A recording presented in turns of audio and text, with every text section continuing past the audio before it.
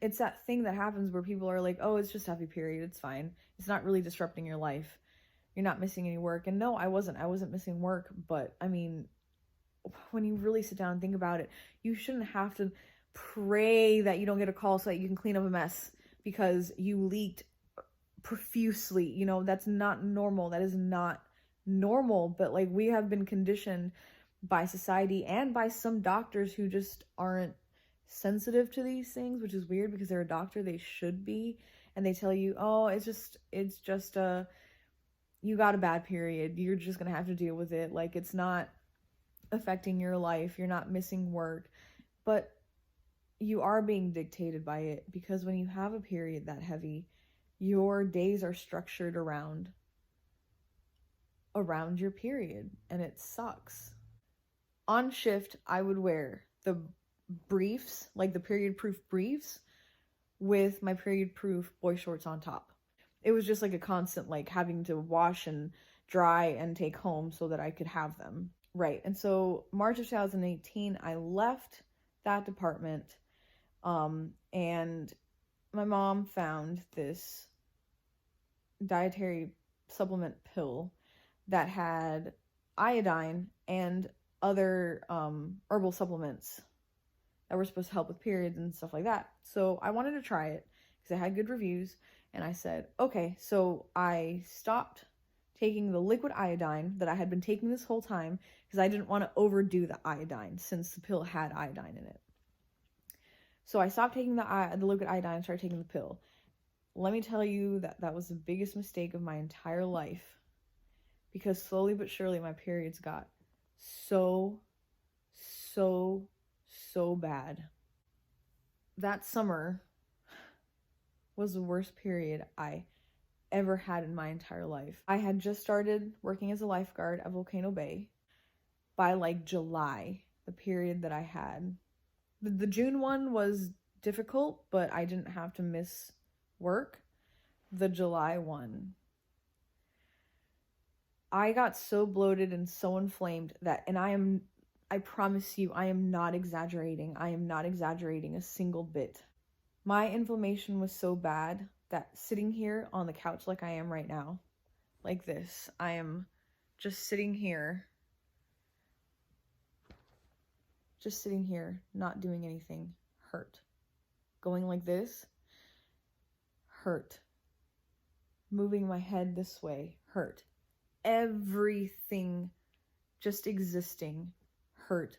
And it wasn't like, oh, it's mild. No, it was like tear-inducing pain. It was absolutely horrible. It wasn't a cramp, it was inflammation.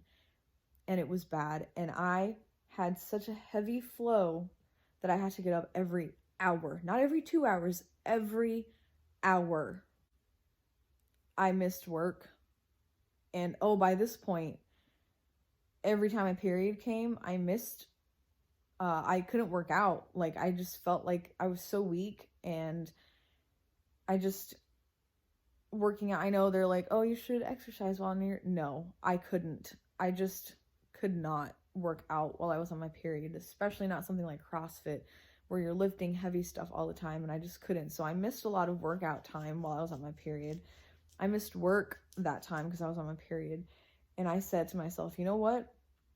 I'm going back on this iodine. The next day, oh, I'm sorry. Let me tell you the worst part of it. That day of my horrible period, that night, I was like, oh man, I feel like I'm getting a fever. Well, I took my temperature, and I had 101 degree temperature. And for the first time in my whole life, my whole period life, I got actual cramps. They were so bad. I took ibuprofen and muscle relaxers, and they did not stop them. And the next day, I started taking the iodine again, because I was like, no. And this will be the actual test of whether or not this iodine is what's helping me. And let me tell you, about the next month, while my period wasn't completely painless, it was way more manageable. Like, I could actually go to work. Maybe I just like learned to tough through it. I don't know, but it was definitely at least manageable. I could go to work. Could I work out? No, but I could go to work. The following month was better and better, and it got better for a while. It got better. in August of 2018, I started medic school and things were okay, but they slowly started getting worse again to the point where like the inflammation would happen way earlier. Like a week before my period, I started bloating. My period sucked so bad. And then the bloating wouldn't go away until like almost a whole week. So I was like bloated more than half the month and it was crappy. And it was like kind of hurting when I was on my period, but it would finally go away. Man, I think this class is really running us to the ground. We had just going nonstop since August, and it was like May to June at this point. I started getting really bad sciatica, like, and I'm telling you, like, to the point where I was taking a test one day in class and I couldn't sit still. I couldn't concentrate. I passed my test, but I couldn't concentrate. The pain was so bad in my left lower back from like my navel all the way to my spine on the left side and down my butt cheek and into my thigh. And it was just, oh my God, I didn't know how to sit. Man, it's from sitting for so long, all we do is sit in this class, to the point where when I was lifeguarding, I couldn't put pressure on my left foot without it sending a shock up my leg. And I just kept gaining weight. Like, I just saw myself looking more and more pregnant, and I knew I wasn't pregnant. I was getting periods. In January, I had to pause my CrossFit account because I did not have money to pay for it, because I was only working 1 day a week because I was in school the whole time or doing things for school. Being in paramedic school literally drains the life out of you. There is no energy left. When you do come home, like from school was from 9:30 to 4:30. By the time I came home, if we didn't stick around after class to study, I would be home by like 5, and I was literally so tired. All I did was like eat and fall asleep on the couch, and I'm not joking. Like, I know it sounds like crap because it was crap. It was absolute crap. Every once in a while I did try to work out, and I even bought like a traveling workout system, which is really good, and I actually really like it.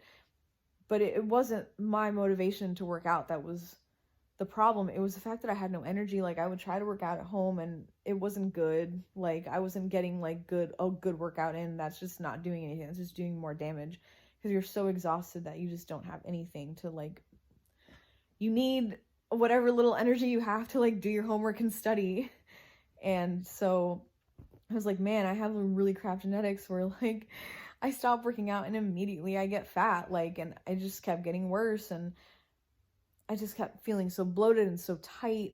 And then in June of 2019, I had an even worse period than I had before. Not so much with the pain, but so much with the bleeding. Like, the pain was being, I didn't know it, but I put a bandage on it with the iodine. So at least I wasn't getting like that much pain. Like, I'm not saying my periods weren't painful, but it was manageable. Like, I could take ibuprofen and be okay. The bloat would hurt, but it wasn't like last year's bloat incident that was so bad. But let me tell you, June of 2019, I bled for not 1, not 2, but for 3 weeks. 3 weeks. So this is how it happened. I bled for 2 weeks straight, bright red, heavy the whole time. It did not like subside. Like, I got it and it was heavy and then it was gone for 2 weeks. Oh my God. For 1 week it was gone. Like, it literally just quit. It stopped. For 1 week it was done. And then my period came back as regularly scheduled for another week, heavy again. So bled for 2 weeks, heavy. 1 week, no bleeding. Bleeding for another week, heavy. What? At this point, I was done with my ride time and all my hospital time. So I started being able to work more. I was extra broke because I literally had only been working on Sundays. During this since August of 2018, I had only been working 1 day a week because of school. I was scheduled to dance that day, like a week after my June period. And now I've danced my whole life, okay? And I've been belly dancing since 2014, 2013, something like that. So it's not new. And I go to do the opening show at Taverna Opa. And I don't know, like 30 seconds in, the room started spinning. And I felt like I was gonna pass out. Like, I started seeing blue. Like, it was really bad. I finished the show, and then I was like, oh, okay, whatever. Maybe you just, like, moved weird. I don't know. Me being in denial of things, right? So I took, like, a drink of cranberry juice and water and went on my way to keep dancing. And I just noticed that as soon as I started dancing again, I felt like I was, like, all out of sorts. I ended up having to text my manager about it, and I told her, I was like, look, I don't know what's going on, but I don't know if my blood sugar is low because I am hypoglycemic. And I kind of told her about how I had just bled for 3 weeks, and she's like, okay. She's like, I'm not trying to sound insensitive, but we don't have a backup for you right now. Is there any way you can just take it easy and take more breaks? Like, do 10 minutes on, 10 minutes off. And I was like, yeah, that sounds great. I don't feel sick. I just get dizzy if I dance too much. And she's like, okay, just take it easy. And if you really do feel bad, you're going to have to go to the hospital. And I was like, okay. So for the rest of the night, I just took it easy. And I felt like an idiot because I'm a very high energy dancer. And I felt like I was super, like, slacking in my dancing. The server said it was fine. It didn't look like I was, like, not putting effort. It felt like it to me, but from the outside, it looked fine. And I was like, okay, that's all that matters. I got through the night, but I was so exhausted. And then, I went back to school, and I noticed that walking up the stairs, my class was on the second story. I was completely winded walking up the stairs, and I was like, oh my God, my fitness has gone, like, everything I've worked for has gone out the window. I'm like, oh my God, how am I ever gonna get, I had gotten such good shape from doing CrossFit, and then all of a sudden I can't even walk up the stairs without breaking into a sweat and heavy breathing. And the same thing going to work at Volcano Bay. I mean, it's kind of a hike from the bus to the clock, but I've been doing it for a year at this point. And all of a sudden I noticed that just walking from the bus all the way to, like I said, it's kind of a hike, but I'm walking, I'm not running. By the time I got to the clock, I was again covered in sweat, and my legs would be burning like I just ran a mile or two, and my heart would be pumping, and I was like, oh my God. And I could hear, just sitting, like, I didn't even have to be working out, but just sitting there, I could hear the blood, like, pumping in my ears. Like, I was like, man, I feel like my blood pressure's high. And I usually have, like, really good blood pressure, like 117 over, like, 20, 112 over 20. It's usually pretty low. And I had one of my classmates take my blood pressure at school one day, and it was 138 over, like, 84. And I was like, what? That is really high for me. Man, again, this class is stressing me out so much. It wasn't that. It wasn't the class. I mean, I'm sure it didn't help.